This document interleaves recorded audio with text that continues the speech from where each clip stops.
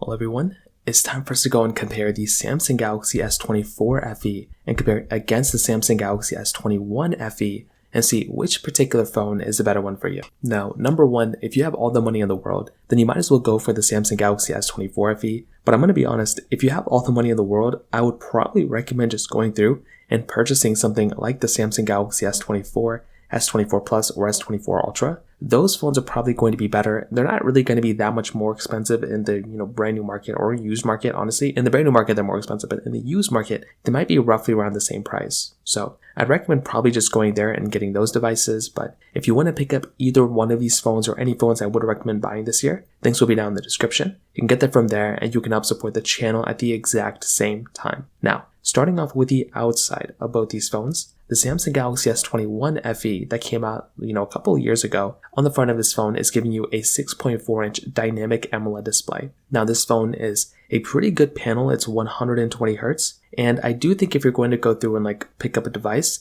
this thing does look pretty nice, right? It's a good looking panel. It's fairly sharp. It's not the brightest thing in the world, but it's still 120 Hz. And I definitely do think a panel like this is more better than it is worse, if that makes sense. So I think that right there is kind of a big thing to keep in mind. With the Galaxy S24 FE, this phone is giving you an overall bigger sized 6.7-inch dynamic AMOLED display. So this type of phone is giving you a bigger sized display, which is nice. It's also basically, still 120 Hz. It's also a brighter display as well. So that phone is giving you a 1900 nits of brightness display on the front of it, which I do think is actually a pretty nice touch. Being able to go through and buy a phone like that that's going to be giving you that type of display and that type of capability, I genuinely do think is a really nice thing. So that right there could be a really good asset for that type of device. So I think that right there is a really nice thing going on for that type of phone. On the bottom, both are giving you USB Type-C ports. You're still also maintaining things like an aluminum body or aluminum side, at least for the most part, which again is a nice thing to have. You're also getting a frosted plastic back on the back of the Galaxy S21 FE, where on the back of the Galaxy S24 FE, you're getting the standard glass back. So that standard glass back could be kind of an advantage for that type of phone.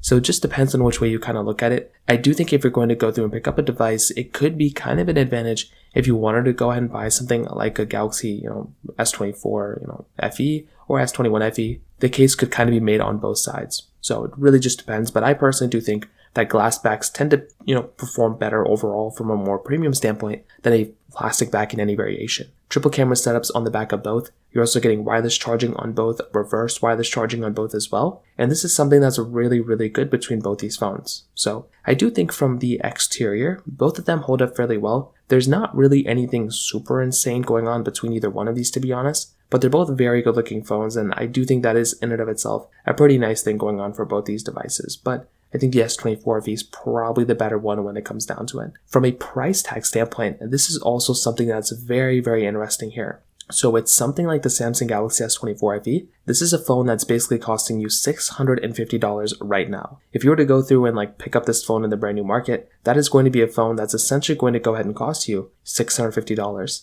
The S21 FE right now in the used market right now is the only way to buy it, is $150. That is a pretty big difference when it comes down to both these devices. Being able to go through and buy a phone like a Galaxy S21 FE that is substantially cheaper than S24 FE, it's a really, really big deal. And if you're going to go through and pick up a phone like this, well, it's a really big asset going for something like the Galaxy S24 FE. So I would say for the S21 FE, I like that it's so much cheaper. So just kind of keep that in mind in the back of your head as well. Now, in terms of the cameras, this is also another interesting thing.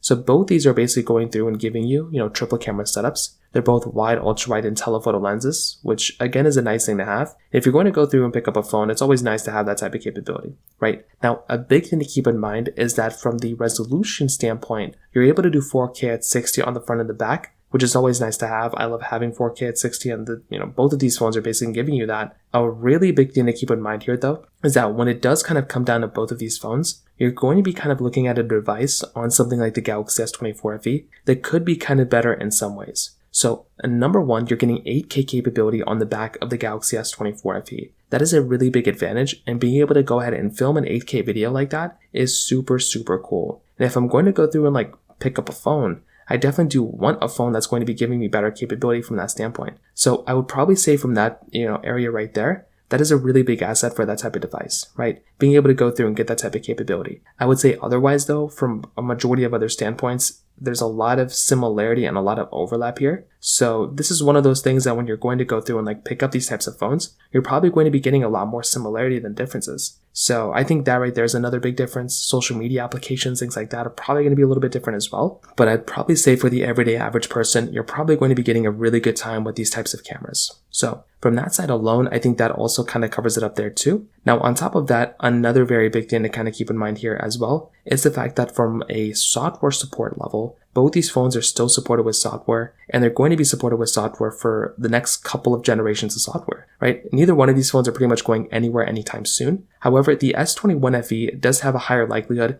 of being unsupported with software at a higher rate, meaning that if you're wanting the phone that's going to be here for a longer period of time, it probably is going to be something like the Galaxy S24 FE in almost every single way you can imagine. So that's just kind of what ends up happening when you're going to go through and like get one of these types of phones or devices. You're going to end up getting a device on something like a Galaxy S24 FE that is going to be a phone that's going to be lasting for a much longer period of time. And even from a battery life standpoint, you're getting a slightly bigger size battery in the S24 FE, 4,700 milliamp hours on the S24 FE versus, 4,500 instead of the S21 FE. So that right there could also be a little bit of an advantage for something like the Samsung Galaxy S24 FE as well. From a performance side, the S24 FE is giving you that Exynos chipset inside, I'm assuming with 8GB of RAM, where instead of the S21 FE, you're getting that Qualcomm Snapdragon 888 chipset inside with 8GB of RAM. So I would probably say from a performance level, you're getting very good performing phones on the Galaxy S24 FE. Like that phone is probably going to be the overall better one for the everyday average person. And if you're going to go through and like pick up a phone,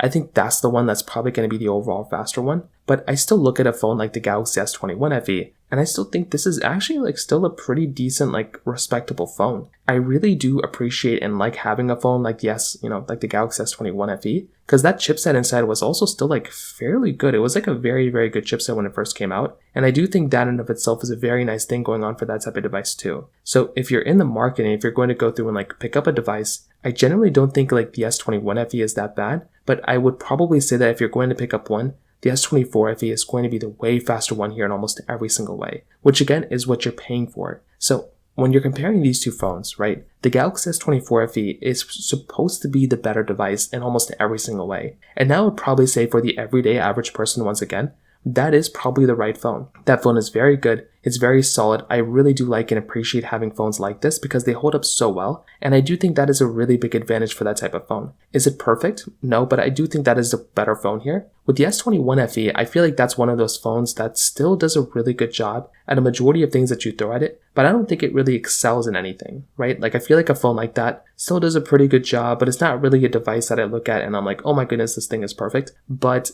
I don't think the S24 FE is perfect either. I would say if I were you, I would not even buy either one of these phones. I would probably rather just recommend buying something like a Galaxy S24 or an S23, and I think that might be a better option than these devices. So from that side, that kind of covers it up there. If you have any other thoughts or questions, please let me know in the comment section below. Hit the like button, that would mean so much, but definitely hit that subscribe button. More importantly than everything else, I love every single one of you guys. Hopefully I'll catch you guys in the next video. Peace out till then.